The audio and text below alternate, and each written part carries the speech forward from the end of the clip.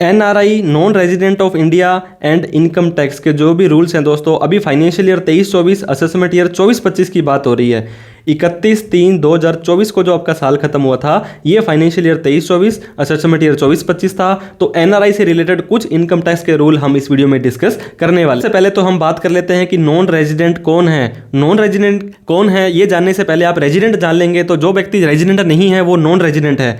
अगर you are consider as resident in India, अगर आप पिछले साल दोस्तों जो लास्ट फाइनेंशियल ईयर था आपका, अभी हम लास्ट फाइनेंशियल ईयर की बात कर रहे हैं 2023-24, अगर इस फाइनेंशियल ईयर के अंदर 182 डेज अप्रोक्सीमेटली 6 महीने तक अगर आप इंडिया के अंदर रहे थे तो आप एक रेजिडेंट हैं।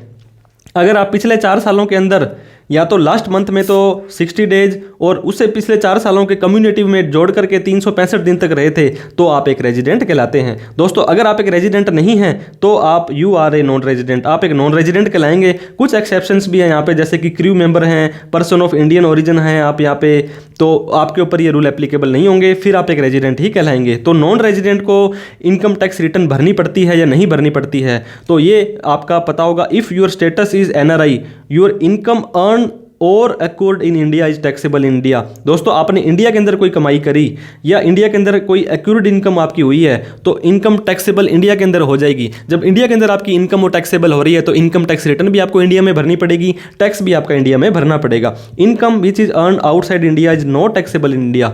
ये ध्यान दें, आप इंडिया से बाहर कोई भी कमाई करी थी आपने, उसके ऊपर इंडिया में आपको कोई भी टैक्स नहीं देना होता है। तो why should an NRI file income tax return? Income tax return क्यों भरनी चाहिए एक एनआरआई को? सबसे पहले तो टैक्स डिडक्टेड एट सोर्स। आपको पता होगा एनआरआई के केस में जो टीडीएस है वो हायर रेट पर होता है, 5 की जगह 20 होता है। अलग अलग सेक्शंस के ऊपर अगर हम डिस्कस में करें तो अगर आपका टीडीएस कट गया था और आपकी टैक्सेबल इनकम 2.5 लाख रुपए से कम थी तो आपको पता होगा आप उसको रिफंड ले सकते हैं। सर्व एन इनकम टैक्स प्रूफ। आप रेजिडेंशियल स्टेटस जो है आपका इंडिया के अंदर, यहाँ पे इतनी कमाई आप कर रहे हो, ये इसका भी प्रूफ है। आपने लोन, क्रेडिट कार्ड, इंश्योरेंस वगैरह लेना है तब भी आपको आईटीआर भरनी चाहिए। If NRI has short term और long term capital gain from any investment asset held in India, तब भी आपको आईटीआर भरनी चाहिए। तो आईटीआर फाइलिंग कब मैंडेटरी है? आईटीआर फाइलिंग मैंडेटरी अगर ग्रॉस इनकम क्रॉस 2.5 लाख रुपए। दोस्तों एक तो ग्रॉस इनकम होती है, माइनस के अंदर आपकी यहाँ पे डिडक्शंस होती है, वो हम आगे डिस्कस करेंगे। फिर आपकी नेट इनकम आती है। तो ये नेट इनकम की बात नहीं कर रहा है, ये आपकी ग्रॉस इनकम की बात कर रहा है। आपको पता होगा इनकम के अंदर 5 हेड होते हैं। सैलरी की इनकम होती है, हाउस प्रॉपर्टी होती है, कैपिटल गेन होता है, profit and gain from business and profession होता है और अदर सोर्स होता है। इन सबको मिलाकर के आपकी इनकम 2.5 लाख से ऊपर चली जाती है तो आपको आईटीआर 2 या आईटीआर 3 का फॉर्म भरना पड़ेगा। अब बात कर लेते हैं ड्यू डेट क्या है। फाइनेंशियल ईयर 23-24, असेसमेंट ईयर 24-25 के लिए 31 जुलाई 2024 या उससे पहले पहले आपको आईटीआर भर देनी है। दोस्तों 31 दिसंबर तक भी आप अपनी आईटीआर भर सकते हैं, जिसे कि बिलेटेड आईटीआर बोलते हैं। आईटीआर यू भी भर सकते हैं, अपडेटेड आईटीआर, जो कि 2 year from the end of the relevant assessment year हो सकता है, लेकिन इनके अलग अलग रूल होते हैं। तो आप अपनी, और स्पेशली दोस्तों अगर आप ओल्ड टैक्स रेजाइम में जाना चाहते हैं तो आपको फॉर्म 10 IEA का फॉर्म भरना पड़ेगा और ये तो आपको 31 जुलाई से पहले पहले करना ही पड़ेगा मैंडेटरी रूप से। तो ये आईटीआर की ड्यू डेट आपकी होने वाली है। एडवांस टैक्स आपको पता होगा गवर्नमेंट कहती है पे एज यू अर्न।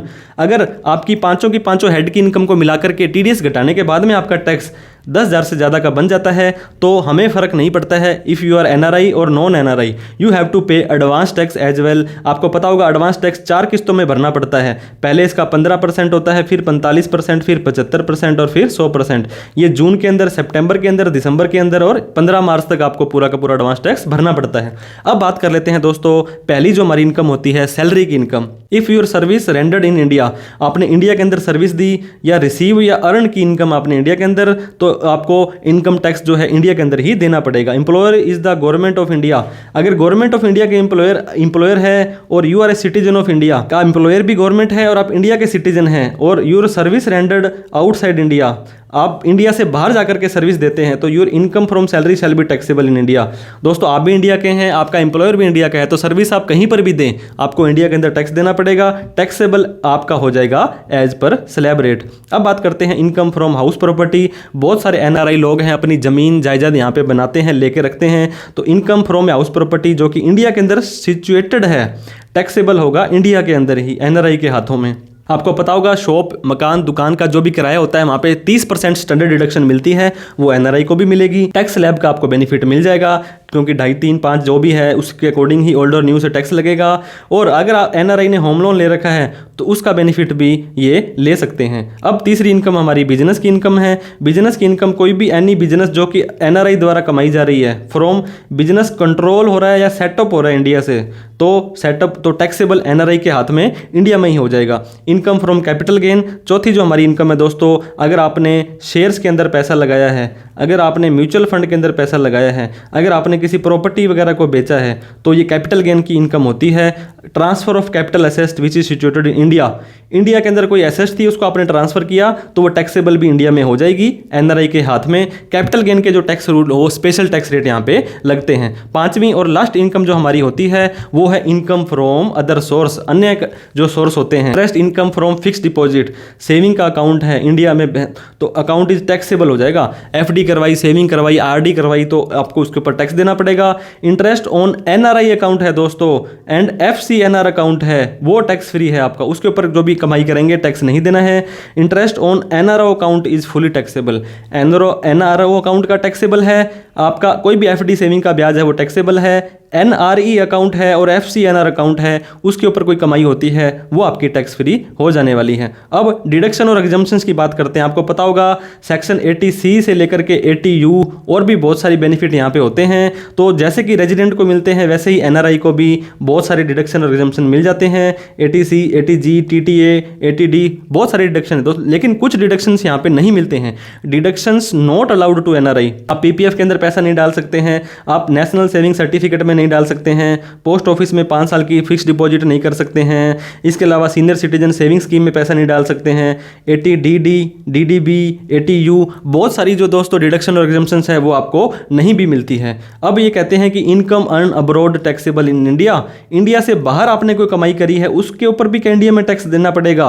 तो बहुत ही बड़ा और मोटा मोटा जवाब नो है। In the case of non resident income that accrued or arise outside India not be taxable in India, only income earn or receive in India is taxable or deem to be earn in India is taxable. जो India में कमाई है या ऐसा लगता है कि आपने इंडिया में ये कमाई होगी तो उसके ऊपर ही आपको टैक्स देना है, अदरवाइज टैक्स नहीं देना है। टैक्स रिजाइम आपको पता होगा, old tax regime, new tax regime. Deduction और एग्जम्पशंस लेने हैं तो ओल्ड में जाइए, न्यू तो न्यू में जाइए। लेकिन ओल्ड में जाना चाहते हो दोस्तों तो फॉर्म 10 IEA भरना पड़ेगा, वो आपको 31 जुलाई 2024 से पहले भरना पड़ेगा। तो ओल्ड और न्यू दोनों के दोनों बेनिफिट आपको यहाँ पे मिलने वाले हैं। रिबेट अंडर सेक्शन 87A आपको पता होगा, ओल्ड टैक्स रिजाइम में 5 लाख तक टैक्स फ्री है, न्यू टैक्स रिजाइम में 7 लाख तक टैक्स फ्री है। लेकिन ऐसा कुछ नहीं है, ओल्ड टैक्स रिजाइम में आपको 2.5 लाख रुपए तक ही टैक्स फ्री है और न्यू टैक्स रिजाइम में 3 लाख रुपए तक ही टैक्स फ्री है। उसके बाद में आपको टैक्स रिजाइम के हिसाब से न्यू या ओल्ड है आपको टैक्स देना पड़ेगा। ITR के अंदर दोस्तों आपको पता होगा कंट्री ऑफ रेजिडेंट,